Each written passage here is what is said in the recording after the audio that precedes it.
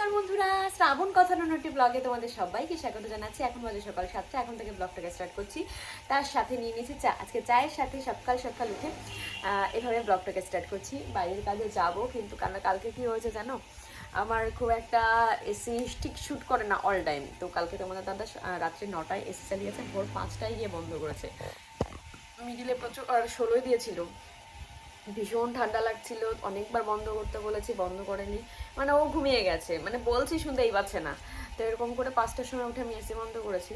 তার মধ্যে ঠান্ডা লেগে গেছে, গা হাত পা ব্যথা করছে, মাথা যন্ত্রণা হচ্ছে। জানি না আজকে সারাদিনটা কেমন যাবে। তো একটু কিছু ভাবছি ভারী খাবার খেয়ে আগে একটা প্যারাসিটামল খেয়ে নেবো, কারণ মনে হচ্ছে জ্বর আসলেও চলে আসতে পারে। খুব খারাপ লাগছে, মানে ইচ্ছাই করছে না কোনো কিছু করতে। মনে হচ্ছে কি একটু শুয়ে থাকি এরকমই মনে হচ্ছে। তো চলো এখন এই দেখো বিছনার কি অবস্থা দেখেছো, বিছনাপত্র সব তুলতে হবে। আমি আগে ঘুম থেকে উঠে ফ্রেশ হয়ে আগে চাটা খেয়ে নিলাম, যে যদি একটুখানি ভালো লাগে। তো ভালোই লাগছে না কোনো কিছু। দেখি ঘরের কাজ পরে করে আগে বাইরের কাজটা কমপ্লিট করে আসি। বাইরের কাজ বলতে ফুল তুলবো, তুলসী পিড়ি ধোবো, এই সমস্ত যেগুলো আছে সেগুলো আগে করে নিই, তারপরে আসছি। ঠিক আছে, তো চলো দেখতে থাকো। দেখো চলে এসছি আমি ফুল তুলতে। অনেক ফুল হয়েছে জানো আমাদের এই টগর গাছে।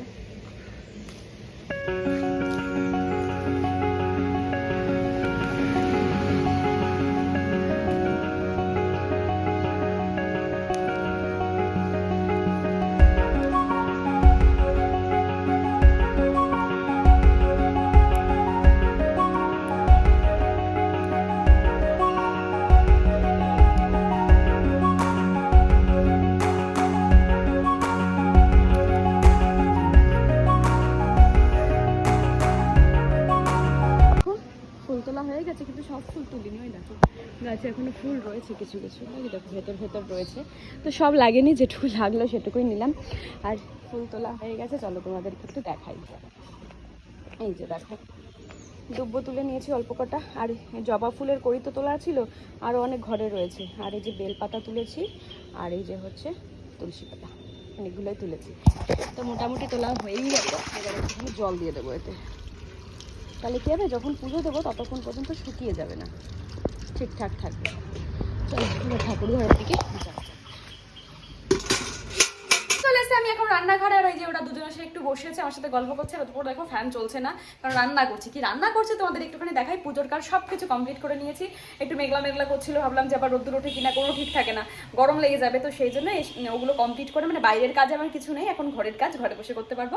তো সকালে রান্না কি করছি কি না করছি চলো তোমাদের একটু দেখাই। কেবল তেল দিয়েছি, এখানে হবে ডাল ফোড়ন দেবো। আর এখানে আমার ভাত হয়ে গেছে, ভাতপটে রেখে দেবো। এই যে ডাল, এটা ফোড়ন দেবো। আর এই যে আমার মিনি সোনার মাছ, এটা ভাজতে হবে। আর তোমাদের দাদার জন্য ডিম সিদ্ধ। আর এখানে আমি করবো আজকে আলু দিয়ে পটল দিয়ে কি বলে ওটাকে, কালকে ছানা ছিল, সেই ছানাটাকে পনির বানাবো দিয়ে, তারপরে সেটা দিয়ে একটা তরকারি করবো। তো চলো এখন আমি ডালটাকে সোমবারা দিয়ে ডালটা নামিয়ে নিই।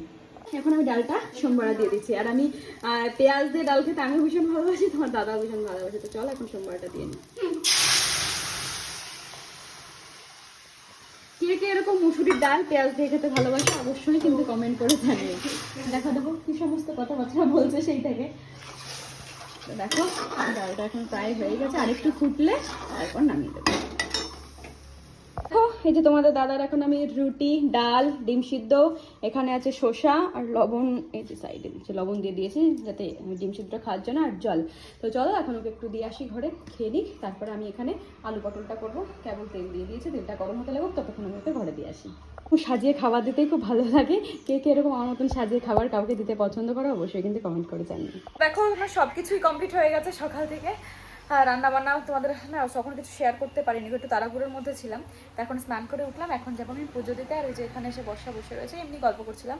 আর একজন এসেছিল, ওকে ড্রয়িংটা পারছিল না, একটু দেখিয়ে দিয়েছিলাম। তো চলো আমি এখন পুজোটা দিয়ে আসি, তারপরে ভাবছি একটু লাইভ করবো, একটুখানি রিল বানাবো। তো তোমার সাথে সেগুলো তো অবশ্যই শেয়ার করবো। তো চলো আগে ঝটপট করে আমি পুজোটা দিয়ে আসি। করে এখন বেরিয়ে গেছি বাইরে, গেছিলাম একটু হসপিটাল, আর একটু গেছিলাম জিও মার্টে যাইনি, মরে গেছিলাম। তারপর এখন এসেছি এখানে, বোনের কিছু সার্টিফিকেট নেওয়ার আছে সেইগুলো। আর কেন হসপিটাল গেলাম কি না গেলাম একটু তোমাদের ডিটেলস সেটা আমি তোমাদের বাড়িতে গিয়ে বলছি, ঠিক আছে। আর এখন ও বোনের এখানে কম্পিউটার শিখতো, তো কম্পিউটারের কী কাজ আছে, সার্টিফিকেট মনে হয় নেবে, তো সেটা আনতেও গেল। তো আসুক, তারপর এখান থেকে বেরোচ্ছি।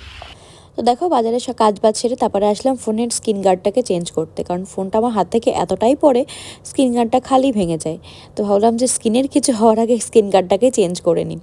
তার কারণ মানে প্রচুর পড়ে আমার হাত থেকে ফোন। কার কার এরকম হয় অবশ্যই কিন্তু কমেন্ট করে জানিও যে আমার মতন কার কার হয়। চলে এসেছি বাজার থেকে অনেকক্ষণই, এসে তারপরে তোমাদের সামনে আর আসিনি কারণ এত গরম লাগছিল।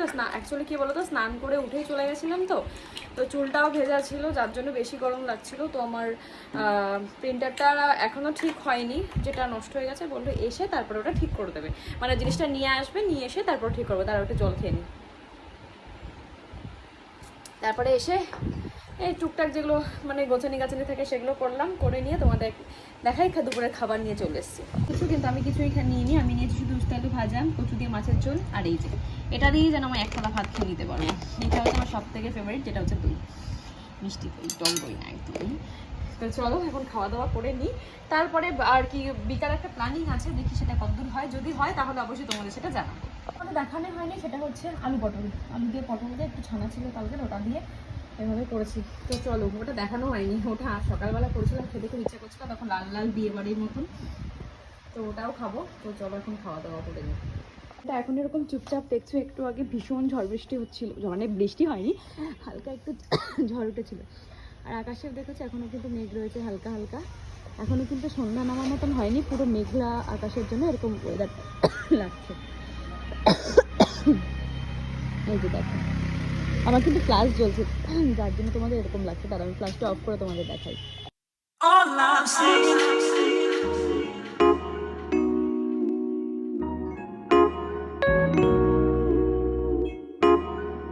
উঠে তো দেখো, দেখো গাছটার ওপরে উঠে গেছে, তখন থেকে খেলায় করছে, ওই দেখো দৌড়াচ্ছে। একটু ঠান্ডা পেয়েছে তো বেশ, ওর খেলতে ভালো লাগছে, যে গরম পড়েছে। ঝড় উঠেছিল বলে সারা ঘর দৌড় নোংরা হয়ে গেছিলো, তো এখন সব ঘর দৌড় ঝাড় দিয়ে মুছে কেবল আসলাম, পুরো ঘেমে গেছি। তো চলো এখন একটু ঘরে গিয়ে বসে একটু লেবু খাওয়া যাক, তারপরে সন্ধ্যা দেওয়ার জন্য সব রেডি হতে হবে, প্রিপারেশন নিতে হবে। এখন সন্ধ্যাবেলা করে এই যে দুজনে মিলে বসে পড়েছি, একটু গল্প টল্প করছিলাম, আর বাইরে যে প্রচণ্ড হাওয়া, জানি না তোমরা, ওই দেখো দেখেছো বিদ্যুৎ চমকাচ্ছে, আর ওই দেখো হাওয়া হচ্ছে, জানি না কতটা বুঝতে পারবে, যেহেতু বাইরেটা ওই দেখো তোমার পুরোটা অন্ধকার, তার জন্য তোমাদের আমি ঠিক সেভাবে বোঝাতে পারছি না। রান্নাঘর দরজাগুলো দিয়ে দাও না, পুরো রান্নাঘর নোংরা হয়ে যাবে, একটু পুরো ঘর ঝাড় দিয়ে মুছলাম। মানে বিকালের দিকে ওরকম ঝড়টা হয়েছিল, তার জন্যই হচ্ছে বলছি যে ঝাড় দিয়ে মুছলাম। তো এখন দুটো একটা জিনিস পাচ্ছে না, তো চলো সেটা তো ওদেরকে একটুখানি শিখি। তো দেখো আমাদের এখানে ভীষণ ঝড় হচ্ছে, আমি এখানে ফ্ল্যাশ লাইট জ্বালিয়ে তোমাদের সাথে কথা বলছি। এত ঝড় হচ্ছে, কিছুতেই হাওয়াটাই আমি কিছুতেই কমাতে পারছি না। আর আবার এইগুলোতে ভীষণ ভয় লাগে, বাজ টাজ করলে জানি না তোমরা আওয়াজেও কতটা বুঝতে পারবে, আর সেরকম মাথা যন্ত্রণা করছে। মাথা যন্ত্রণা করার কারণ আছে, ঘুমিয়েছিলাম, ঘুমটা ঠিকঠাক হয়নি, মানে হয় না যে হট করে ঘুম ভেঙে যায়, ওরকম একটা ব্যাপার হচ্ছে। কালকেও তাই হয়েছিল, আজকেও তাই হয়েছে, দুপুরে ঘুমালেই এই সমস্যাটা হচ্ছে। কালকে ভেবেছি আর দুপুরে ঘুমাবোই না। তো তোমাদের ওদিকে কার ওদিকে এরকম ঝড় বৃষ্টি হচ্ছে অবশ্যই কিন্তু কমেন্ট করে জানিও, আমি যদি পারছি তাহলে তোমাদের বাইরের দিকটা ক্যাপচার করার চেষ্টা করছি। তো দেখো ঝড় বৃষ্টি হয়ে যে ঘর থেকে সব নোংরাটা ঝাড় দিলাম, আর এই দেখো কি অবস্থা হয়ে রয়েছে, জানি না কতটা তোমরা দেখতে পাবে। এই যে দেখো সব কিছু পড়ে রয়েছে, ওই যে দেখো কি অবস্থা, সব পাতায় ভরে গেছে। তো সে যাই হোক, চলো এই জায়গাটুকু অন্তত একটুখানি ক্লিন করে নিই, না হলে যে অবস্থা হবে। চলো এখন চলে আসলাম আমি রান্নাঘরে, আর যেহেতু বৃষ্টি হয়েছে তাই তোমাদের দাদার এখন মাংস খেতে ইচ্ছা হয়েছে, যেই বৃষ্টিটা কমেছে উনি মাংস নিয়ে চলে এসছে, যেমন বলা তেমন কাজ, আর খেতে খেতে বলবো না সেটা তো হতেই পারে না। তো এই যে দেখো এই জন্য মাংসটা এখন কষা হচ্ছে, লাল লাল ইয়ামি মাংসের ঝোল মানে হবে, কষাও হয়ে গেছে, মাংসটা হলেই হয়ে যায়। আর এই যে আলু ভেজে রেখে দিয়েছি, আমার ভাত হয়ে গেছে, দুটো হটপট দেখতে পাচ্ছ, একটা রয়েছে ভাত আর একটা হচ্ছে রুটি। তো এগুলো হয়ে গেছে, তো তোমাদের রুটি খাবে, আর ওদিকে মাংসটা হলে হয়ে যায়। যেহেতু বৃষ্টি হয়েছে কারেন্ট আসবে না, ফ্রিজের জিনিস নষ্ট হয়ে যাবে, তো সেই জন্য যেগুলো রয়েছে খাবার দাবার অন্য কিছু তো সেগুলো নষ্ট হবে, তো ভেবেছিলাম কারেন্ট থাকলে ফ্রিজে রেখে দেওয়া যেত, যেহেতু কারেন্ট আসবে না, তো সেই জন্য সেইগুলোতে মাংস হবার পরে ওটা আছে একটু জাল দিয়ে রাখবো, তাহলে সকাল পর্যন্ত আরামসে চোখ বন্ধ করে থেকে যাবে। তো চলো আমি এখন মাংসটা কষিয়ে নিই, তারপরে করতে করতে কষা মাংস খেতে ভীষণ ভালো লাগে, যেটা আমি ওই বাড়ি থাকতেও করতাম, মা মাংস রান্না করতো, যখন কষা হয়ে যেত বাটি নিয়ে গিয়ে দাঁড়িয়ে থাকতাম। তো মাংস নিজেই রান্না করছি, নিজেই টেস্ট করার জন্য এক পিস কষা মাংস নিয়ে নিয়েছি। এখন মাংসটা খাবো আর ওদিকে কষা হতে থাকুক, ততক্ষণে মাংসটা একটু টেস্ট করে দেখি। এদিকে আমি মাংসে জল দিয়ে দিয়েছি আর দেখতে পাচ্ছ কতটা লাল হয়েছে, ভীষণ সুন্দর হয়েছে কিন্তু লাল কালারটা। এখনো যেহেতু জল ফুটবে তো আরও দারুণ লাগবে আশা করছি। আমি এটা কষানি খেয়েছিলাম, দারুণ টেস্ট হয়েছিল, নিজের রান্না নিজেই বলছি ভাবো। তো চলো এখন ঢাকা দিয়ে দিই, একটু ফুটবে। তো এটা ফুটুক, ততক্ষণে ঢাকনাটা দিয়ে দিই।